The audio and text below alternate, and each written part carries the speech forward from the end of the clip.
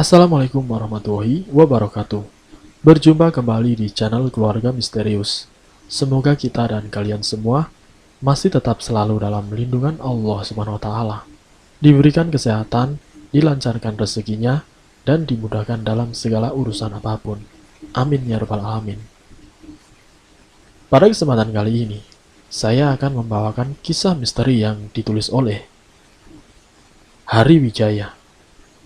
Oh iya, di dalam cerita ini, nama dan tempatnya disamarkan semua ya, untuk menjaga privasi pihak yang terlibat di dalamnya.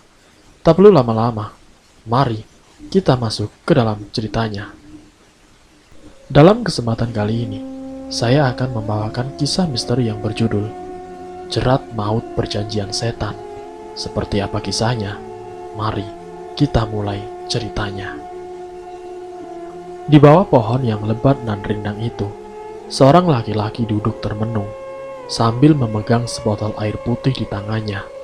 Pandangannya tampak kosong, menatap bayangannya dirinya sendiri yang terpantul dari genangan air bekas hujan di ceruk jalanan. Rambutnya rapi tersisir ke belakang. Usianya baru menginjak 27 tahun.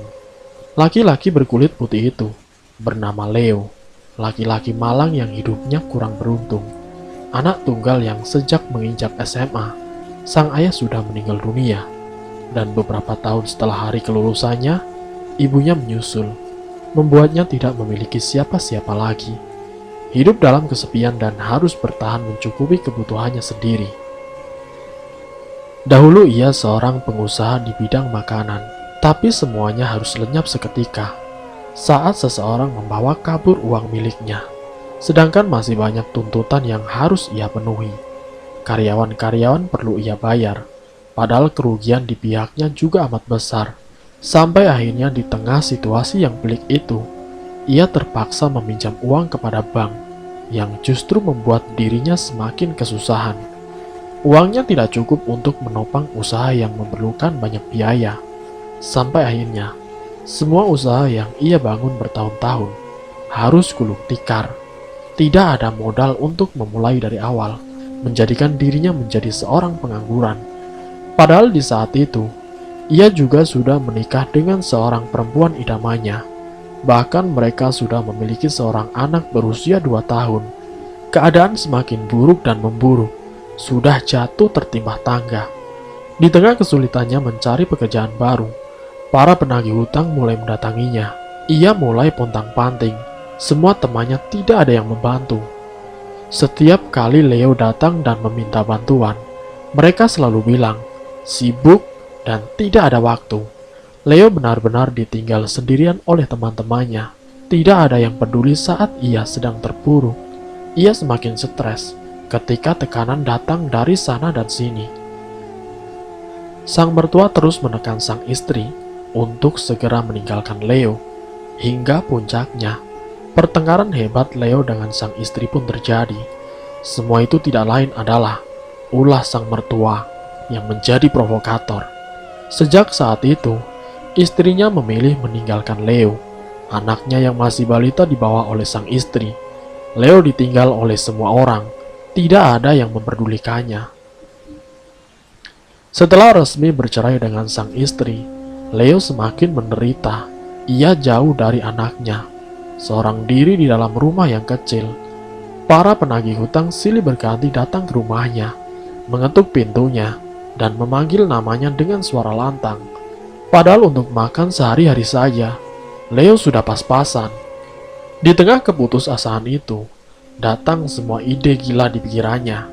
Seseorang teman memberikan saran, sebuah tempat yang disebut dengan Gua Setonggo, menarik perhatiannya. Hingga akhirnya Leo memilih meninggalkan rumah, menghilang ke tempat yang dimaksud tersebut temannya itu. Singkat ceritanya, sudah 3 hari Leo menghilang. Ia meninggalkan rumahnya dan pergi ke tempat yang sangat jauh dari perkotaan, sebuah pedesaan di kaki gunung. Ia tinggal di sebuah rumah anyaman bambu sederhana. Hampir tidak mungkin para penagih hutang datang ke sini. Keberadaannya sungguh sulit ditemukan. Malam itu dirinya masih duduk merenung di bawah pohon besar. Di atas sebuah akar besar yang berlumut, berhadapan dengan sebuah jalan tanah yang mengarah ke pemakaman penduduk. Sesekali warga desa yang membawa rumput dan kayu bakar lewat menyapa Leo. Cahaya lampu minyak sekilas menyinari wajah Leo yang terbenam dalam gelapnya malam. Saling bertukar senyum seperti warga desa pada umumnya. Dari seberang jalan sebuah rumah anyaman bambu berdiri. Dari luar Leo bisa melihat remang-remang lampu minyak yang berwarna orange. Dari dalam rumah sederhana itu, seorang pria tua keluar. Kemudian ia berjalan mendekat ke arah Leo. Pria tua itu berpakaian serba hitam, dengan rambut dan janggut yang sudah putih beruban. Usianya sekitar 60 tahun ke atas, tapi tubuhnya masih tegap dan gagah. Orang-orang desa akrab memanggilnya dengan nama Ki Danang. "Kita berangkat nanti, sebelum jam 12 malam," kata pria tua tersebut. "Siap, Ki," jawab Leo dengan yakin. Ki Danang lalu duduk di samping pemuda itu. Dari dalam saku bajunya, ia mengeluarkan sebatang rokok. Ia nyalakan rokok itu, sehingga baranya tampak menyala di tengah kegelapan. Di sekitar mereka semak belukar dan rumput berdiri setinggi pinggang. Asap tipis mulai mengepul dan menari-nari di udara. Mereka berdua sempat tidak bersuara selama beberapa saat. Hanya suara jangkrik dan cicak yang sesekali terdengar menemani mereka yang diterpa sinar rembulan. Saat datang ke rumahnya beberapa hari lalu, Leo dengan memelas meminta pertolongan kepada Ki Danang. Meski sudah beberapa kali menolak, pria tua itu tidak tega mendengar cerita malang yang menimpa pemuda itu, sehingga timbul niat dari hati Ki Danang untuk membantu Leo yang sedang dalam kesusahan. Selama 3 hari di rumahnya, Leo pun diberi makan dan tempat tinggal oleh Ki Danang. Sambil setiap malam, Leo melakukan beberapa ritual dengan bimbingan dari Ki Danang. Ia juga melakukan puasa yang agak berbeda dengan puasa pada umumnya. Tidak ada sahur, dan ia hanya diperbolehkan buka puasa dengan sepotong singkong rebus dan segelas air. Leo tidak boleh makan lebih dari itu selama ritual ia jalankan. "Ketika nanti sudah ada kesepakatan, kamu tidak akan bisa lari, Leo," ucap Ki Danang sambil menatap ke depan dan mengembuskan asap rokok dari mulutnya. "Saya tidak mau lari lagi, Ki. Sudah lelah saya lari. Kali ini saya akan buktikan kepada mereka kalau saya juga bisa berdiri menghadapi mereka," jawab Leo. "Kamu dendam?" tanya Ki Danang. Leo menggeleng. "Saya hanya orang yang kecewa dan tidak punya kuasa untuk melawan. Saya cuma ingin tunjukkan pada mereka kalau saya juga bisa," kata Leo. Ki Danang mengangguk. "Bagus kalau kamu sudah mantap," katanya. Tidak terasa waktu berjalan begitu cepat. Jam sudah menunjukkan pukul 11 malam. Ki Danang bersama Leo tengah menyusun berbagai macam kembang dan dupa di atas sebuah nampan bambu. Temaram sinar lampu minyak menerangi mereka. Tidak hanya kembang, ada juga telur, buah-buahan, dan air kelapa yang disiapkan. Setelah semuanya selesai, Ki Danang membuka pintu rumahnya. Pria tua itu memakai ikat kepala dengan corak batik di dahinya. Tidak lama kemudian, Leo keluar dengan memakai pakaian serba hitam yang persis seperti Ki Danang pakai. Tangannya membawa sesaji yang sudah disiapkan. Mereka mulai melangkah meninggalkan rumah. Di bagian depan Ki Danang memimpin perjalanan sambil membawa lampu minyak. Di belakangnya, Leo berjalan mengikuti sambil membawa nampan berisi saji. Suasana sudah amat sepi saat itu. Desa sudah terlelap dalam pekatnya malam. Warga sudah tidak ada yang di luar rumah. Masing-masing berdiam di dalam rumahnya.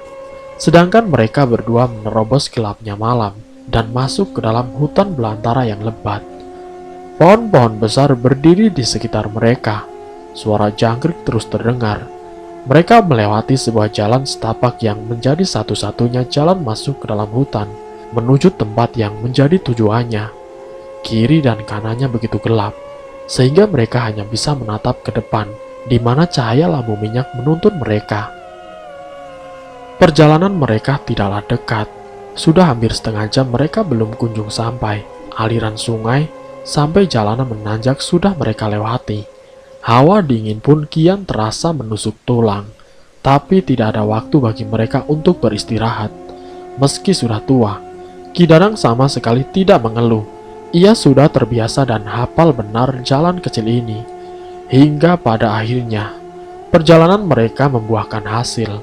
Sampailah mereka di sebuah gua yang dingin dan lembab. Gua itu berada di sisi bawah tebing, cukup besar untuk dimasuki manusia. Akar-akar pohon bergantungan di mulut gua. Sejak sampai di sana, Hawa sudah tidak enak. Inilah yang disebut dengan Goa Setonggo. Setelah perjalanan yang cukup jauh, mereka beristirahat beberapa menit di depan Goa Setonggo.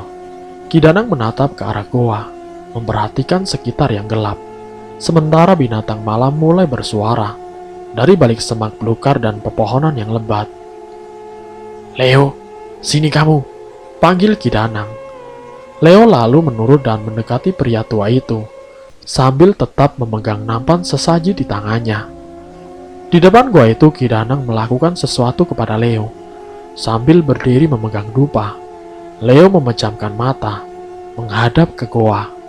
Tangan Ki Danang mulai bergerak. Tangan kanannya menyentuh kening Leo, sedangkan tangan kirinya bergerak-gerak ke udara, seakan sedang mengumpulkan sesuatu energi dari tempat tersebut. Sambil melakukan gerakan ritual itu, mulutnya komat kamit membaca mantra yang tidak ada menjadi ada, yang tidak bisa menjadi bisa, yang tidak terlihat menjadi terlihat. Hadir, hadir, hadir. Di sini ada suguhan. Setelah beberapa detik melakukan gerakan-gerakan itu, Ki Danang melepaskan tangan kanannya dari kening Leo dan mengusap wajah Leo dengan tangan kirinya. Setelahnya Leo pun dipersilahkan untuk membuka matanya.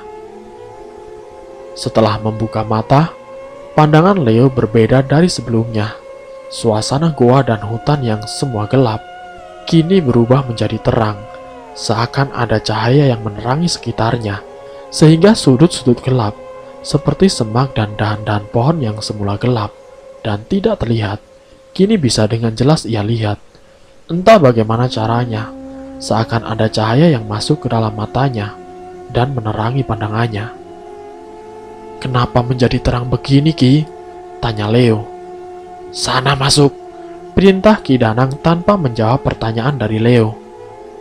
"Masuk? Saya masuk ke goa?" tanya Leo lagi. Ki Danang hanya mengangguk mengiyakan. "Saya masuk sendiri, Ki?" tanya Leo sekali lagi. "Iya, sekarang kamu masuk ke dalam. Terus berjalan sampai jauh ke dalam. Sepanjang perjalanan, kamu akan melihat berbagai hal. Apapun yang kamu lihat dan dengar, jangan berhenti. Terus fokus ke dalam. Kamu boleh berhenti ketika kamu sudah menemukan sebuah batu yang menyerupai meja. Ada banyak bekas sesaji di sana," tutur Ki Danang memberitahu kepada Leo. Awalnya Leo pun takut. Ia sempat menelan ludah, tapi ia kembali ingat akan tujuannya datang ke sini. Ia ingat bagaimana orang-orang memperlakukannya, bagaimana orang-orang meninggalkannya, dan bagaimana sang istri mencampakkannya di tengah kesusahan, sehingga rasa takut itu tidak terasa lagi.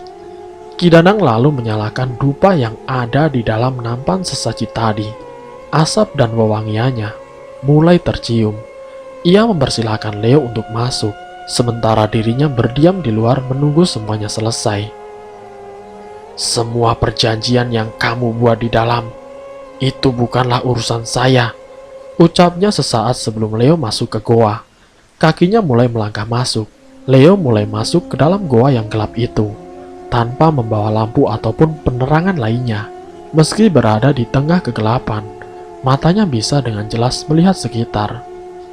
Hasil dari ritual yang sempat dilakukan Ki Danang barusan, bebatuan goa yang besar dan tanahnya yang harus mulai menyapa Leo. Langkahnya terus masuk ke dalam. Goa yang lembab itu penuh dengan lumut di bagian dindingnya dan genangan air di sepanjang jalan masuk. Hawa dingin semakin terasa. Matanya terus menatap ke depan. Sesekali ia berjumpa dengan kelelawar yang berterbangan keluar. "Mau apa kamu?" Sebuah suara tiba-tiba terdengar berbisik di telinganya. Sontak ia terkejut dan merinding. Akan tetapi, Leo masih ingat dengan yang Ki Danang katakan. Ia tidak boleh berhenti berjalan sebelum menemukan batu meja yang dimaksud itu. Ia mengatur nafasnya dan mencoba mengendalikan dirinya dari rasa takut. Ada perlu apa kamu? Cari apa ke sini? Ngapain masuk ke sini? Bisikan-bisikan itu terus terdengar. Semakin ia abaikan, justru semakin menjadi-jadi. Bisikan itu semakin ramai, seolah ada banyak mulut yang berbicara di sekitar kepalanya. Tapi Leo tidak bisa melihat sosok yang berbicara itu. Ia mulai berkeringat, tapi ia masih tetap teguh dengan niatnya datang ke tempat ini. Tidak hanya bisikan, gangguan yang ia alami semakin parah. Selama ia berjalan, mulai ada kontak fisik. Sesekali terasa ada yang membelai lehernya, menyentuh kakinya dan meniup wajahnya.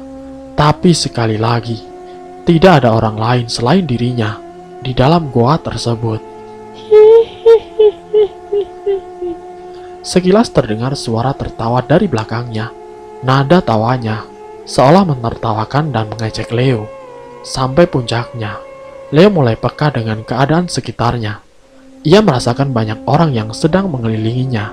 Hingga akhirnya, mata Leo menangkap beberapa makhluk yang berdiri di dalam goa. Ada banyak makhluk halus yang dibungkus kain kafan, siluman dan jin-jin yang berdiri di sisi kiri dan kanan gua. Semuanya menatap ke arah Leo. Bentuk mereka sangat mengerikan dan beragam. Sesosok pocong berdiri sambil menunjukkan wajahnya yang hitam dan gosong. Tapi bola matanya yang hampir keluar mengikuti setiap gerak-gerik Leo. Ada pula beberapa siluman aneh dengan mata besar dan lidah yang menjulur keluar.